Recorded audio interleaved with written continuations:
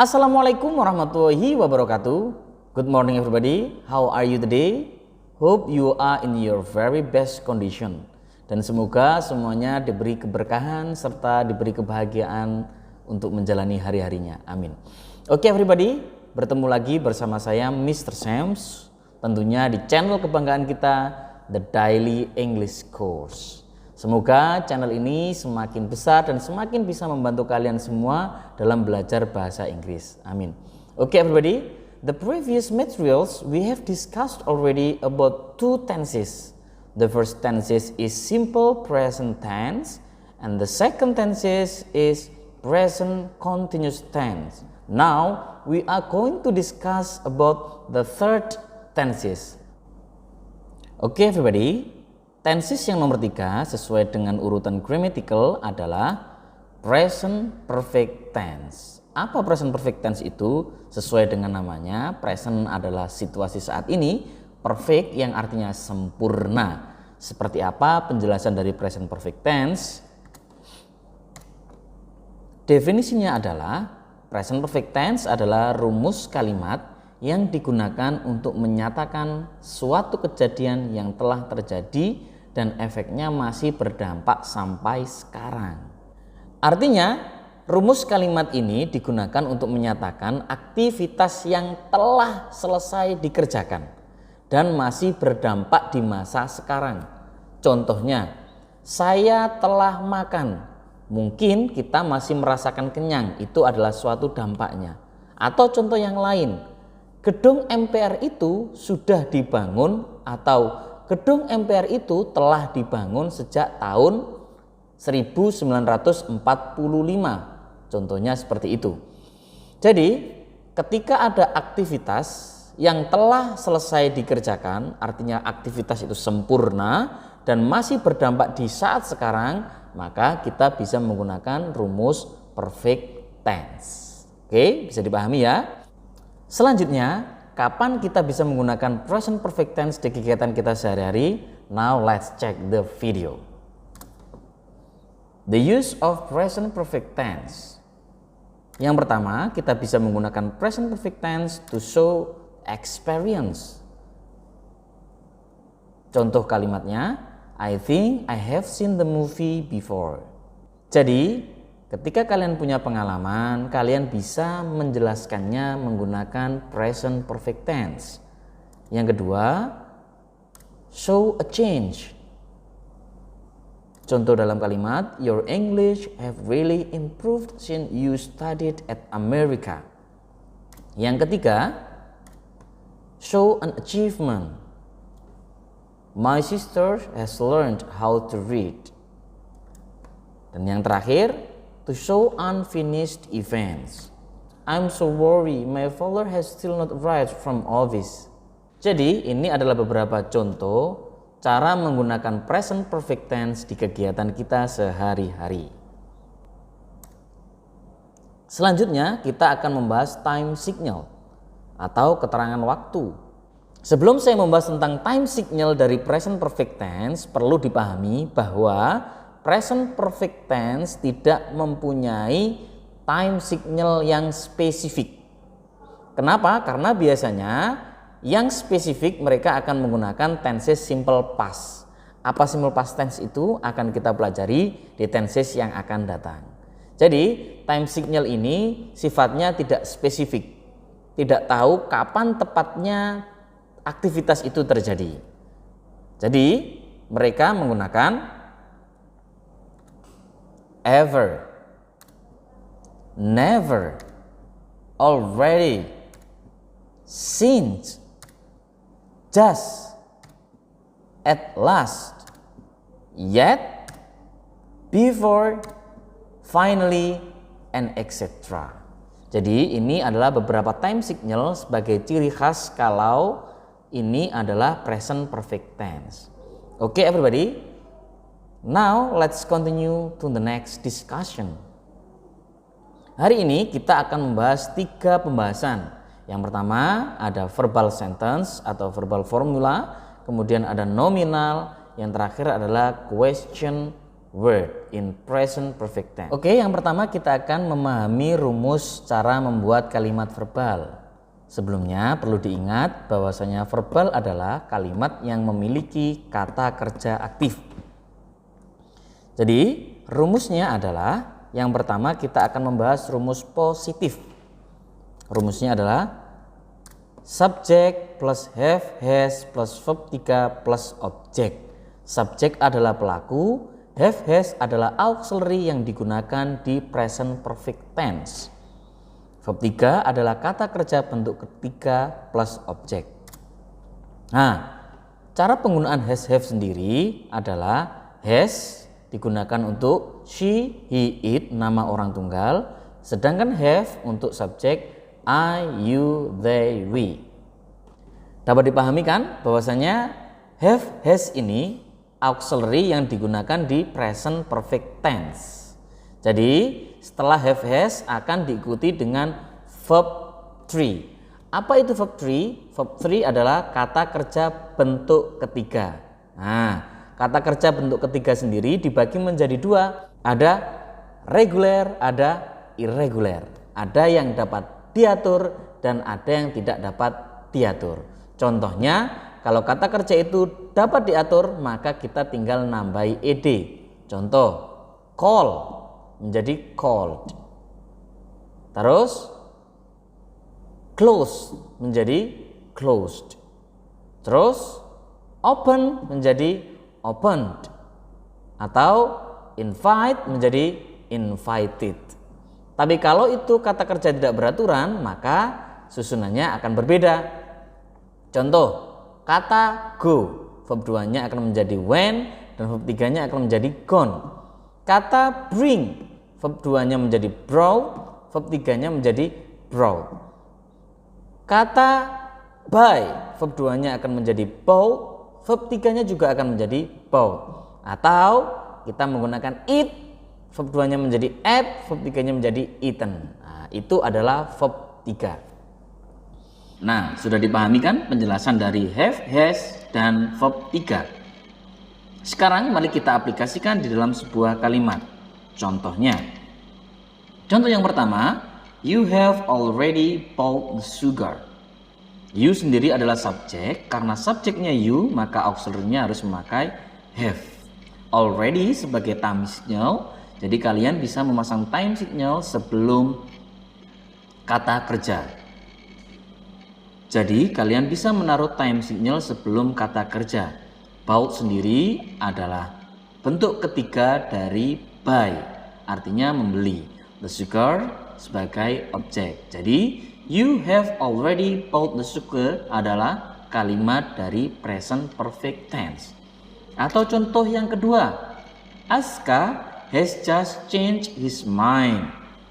Aska has just changed his mind. Karena subjeknya Aska, maka auxiliary-nya menggunakan has. Kemudian kalian bisa menggunakan time signal just. Change adalah bentuk ketiga dari change. Kalau tadi bought menggunakan kata kerja tidak beraturan, sekarang change kita menggunakan kata kerja beraturan. Belakangnya tinggal menambahi ed.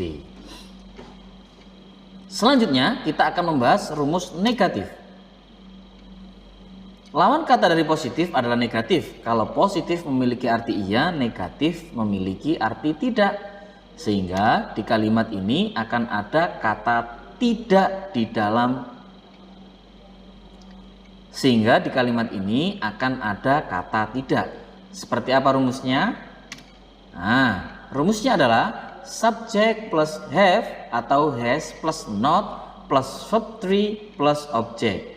Jadi kita tinggal nambahin not setelah auxiliary. Contoh kalimatnya seperti apa? You have not bought the sugar. Nah, you have not bought the sugar. Setelah have kita tambahin not. You have already bought the sugar. You have not already bought the sugar. Selanjutnya, Aska has not just changed his mind. Jadi setelah auxiliary kita bisa menambahi not. Seperti itu kalimat negatif. Yang terakhir adalah kata tanya, yaitu interrogatif.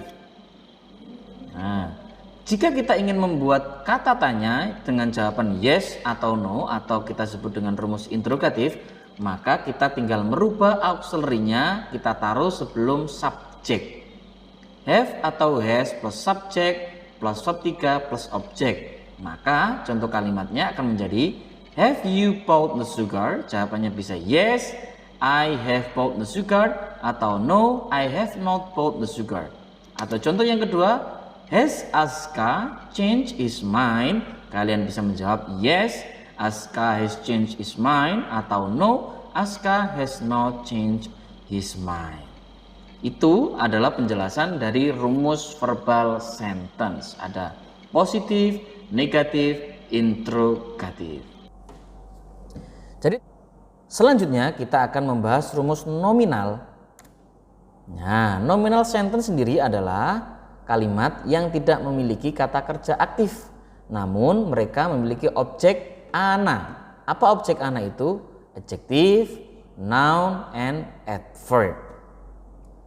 Jadi rumus yang pertama, rumus positifnya, subject, have atau has plus been plus objek. Jadi bisa dilihat di sini kawan-kawan bahwasanya kata kerja atau verb 3 kita gantikan dengan been.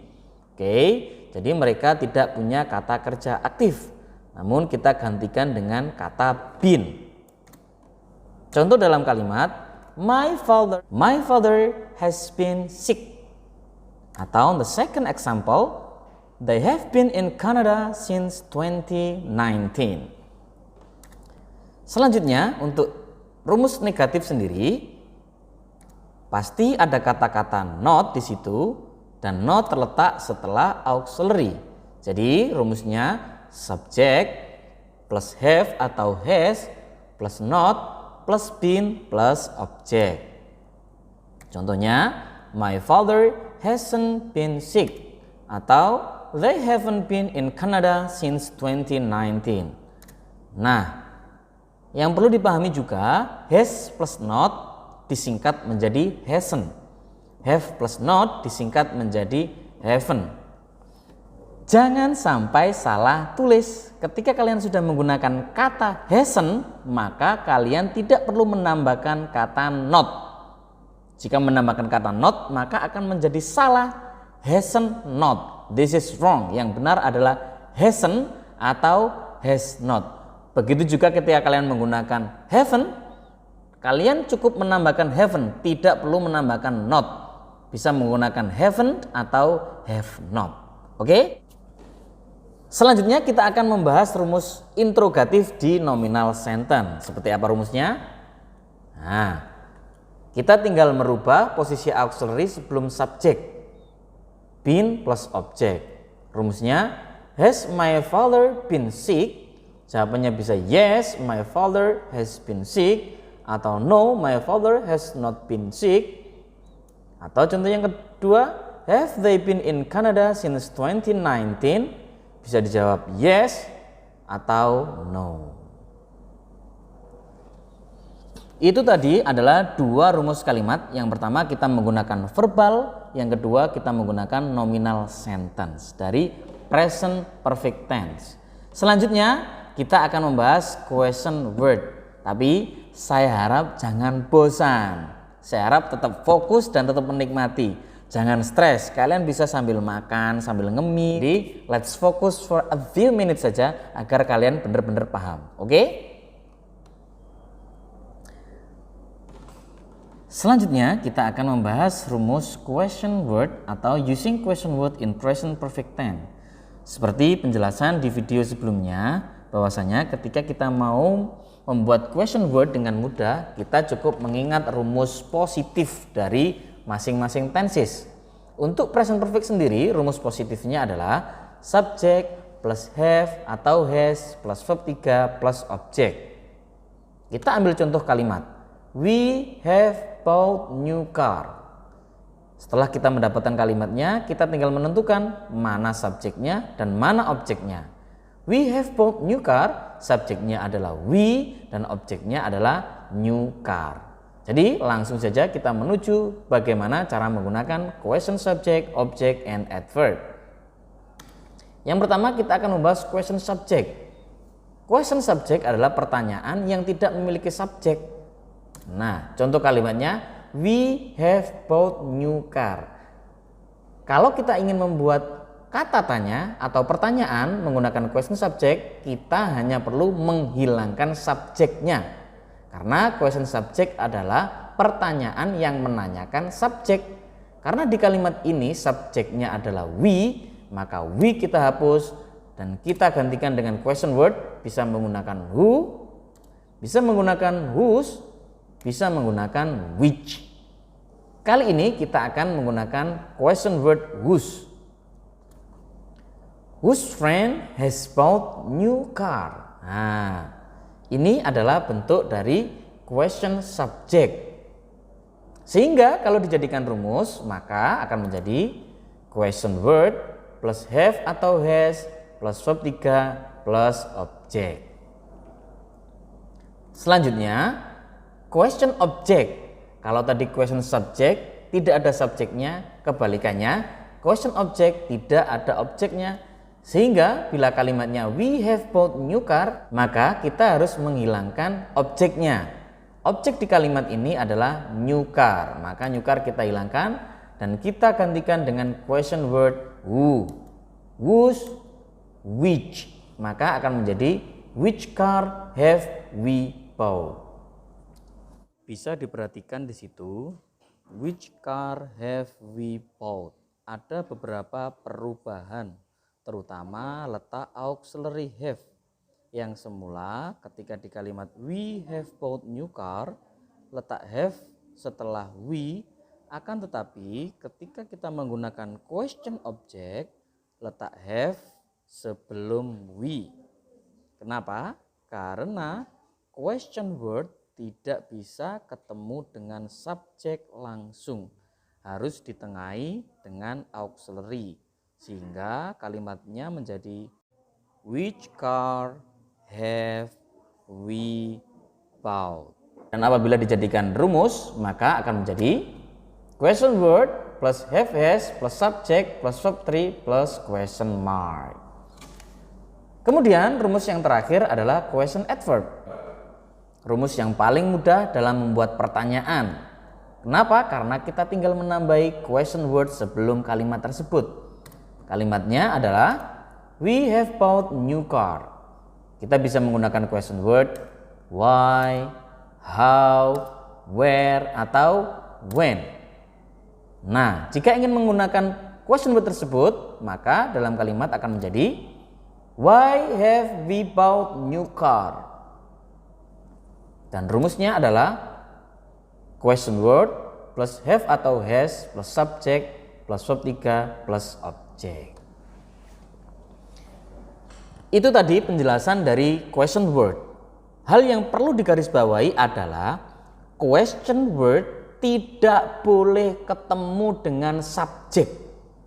Jadi question word tidak boleh ketemu dengan subjek. Kalian tidak boleh bilang who you, which car you, which car they. Tidak boleh. Yang benar adalah which car have you, which car have they, whose friend has she. Ya, jadi perlu digarisbawahi bahwasanya question word tidak boleh ketemu langsung sama subjek. Oke? Yang terakhir kita akan mengilustrasikan dalam conversation. Yang pertama, hi Rudy, whose father has just bought a new car? Oh, my father has just bought a new car. John, which car have you just bought? I have just bought the red Lamborghini car. Siska, where have you taken this picture? I have taken this picture in Bromo. Ini adalah contoh dari conversation yang menggunakan present perfect tense. Bisa dipahami everybody? Jadi Itulah cara menggunakan present perfect tense. Ciri-ciri dari present perfect tense adalah ada kata-kata telah. Kenapa? Karena aktivitas itu sudah perfect, sudah sempurna. Sekarang silakan mencoba dan praktek, karena praktek akan membuat kamu terbiasa dan kamu akan paham dan kamu akan lebih bisa. Thank you for participating with me in the daily English course. Semoga kalian bisa terbantu dengan penjelasan saya tentang present perfect tense. Selamat mencoba dan tetap semangat. Always positive thinking and do the best in your life. The capacity to learn is a gift. The ability to learn is a skill. The willingness to learn is a choice. This is what Brian Herbert said. Thank you very much everybody. See you. Assalamualaikum warahmatullahi wabarakatuh.